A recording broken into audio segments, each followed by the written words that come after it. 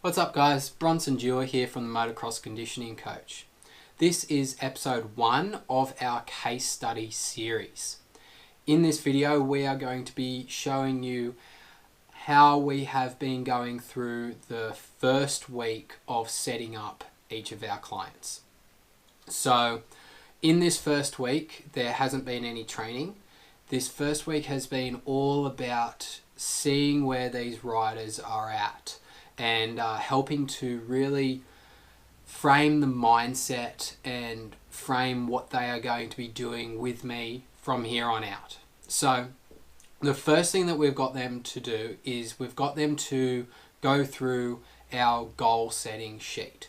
So our goal setting sheet is all about really framing that mindset and making sure that they have a clear goal in mind, that they know exactly what it is they want to be doing with their riding, how long it's going to take them to get there, and break it up into little steps, all those types of things. But we also go a little bit deeper. We go into things like what do they need in order to get there that they don't already have? Who is going to be there with them? What are they going to feel like when they achieve these goals? Things like that. So it's really in depth and it really helps, like I said, to frame their mindset and make sure that they are really dedicated to their goal and achieving it.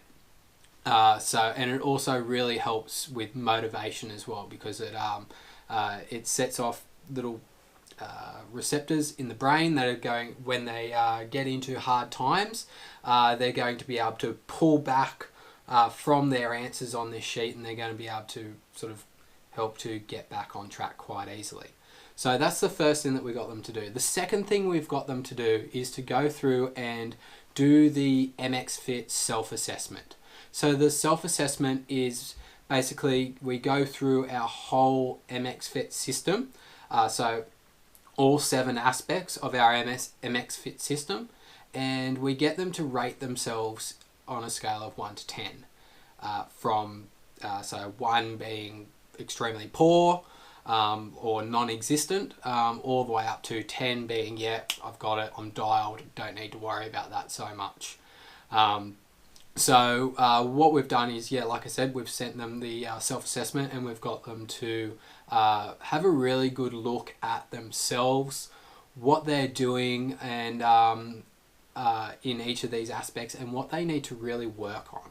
So I'll just bring up an example here for you guys. I've got Zach Watson's answers from his self-assessment. And so starting with mindset, which is the main part of our system, being the middle of the circle, he has rated himself with an 8 out of 10 for his mindset. So I've had a bit of a chat to them. He's pretty set on what he wants to do.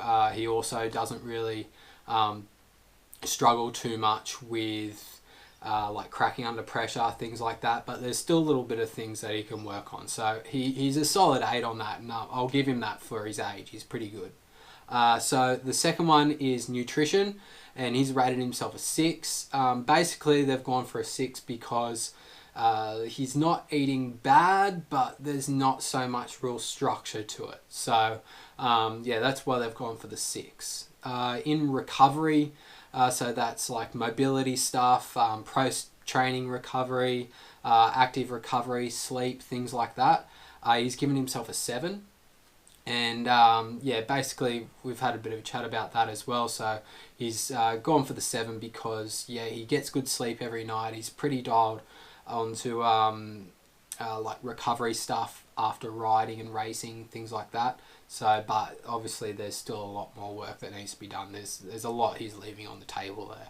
His strength, he's rated himself a 5.